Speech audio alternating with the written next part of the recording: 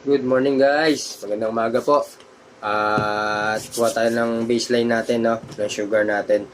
At kakain tayo ng tikoy sa kape, no. Usong-usong ngayon yung tikoy. Chinese New Year daw. Chinese New Year po, no. Kaya uso ang tikoy ngayon, no. Ito po.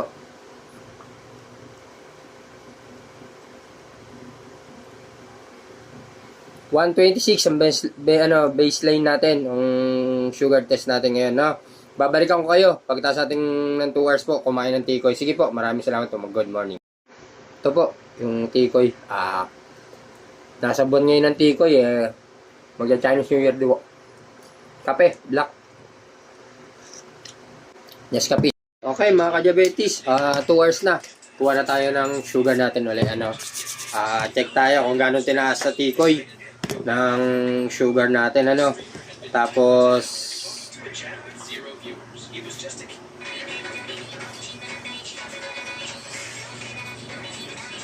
ito, 253. Ang laki ng tinaas sa tikoy, at sobrang taas.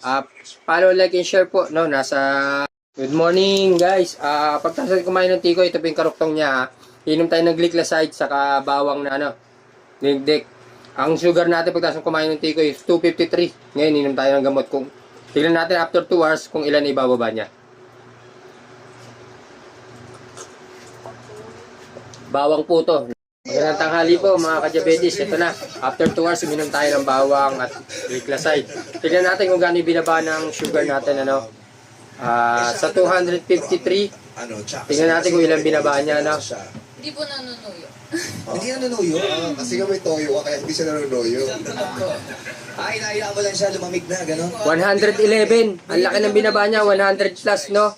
Talagang legit po yung glycoside saka yung bawang. Sige po, more video po. Kain po tayo. Baguio beans saka rellenong sida.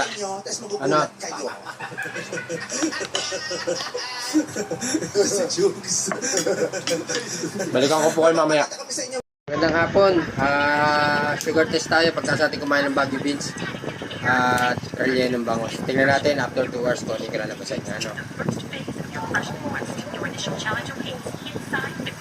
Library? Totally my thing. Students buzz with excitement. Rooms already chattering 85 po talaga. No? Bumaba pa siya. Mga ka-diabetes, no? Follow, like, and share po ng video natin. Para mga ka-diabetes, merienda tayo. Bumaba yung sugar natin masyado. Nag-85, bumababa pa. Kaya magmerienda tayo, shawarma, no?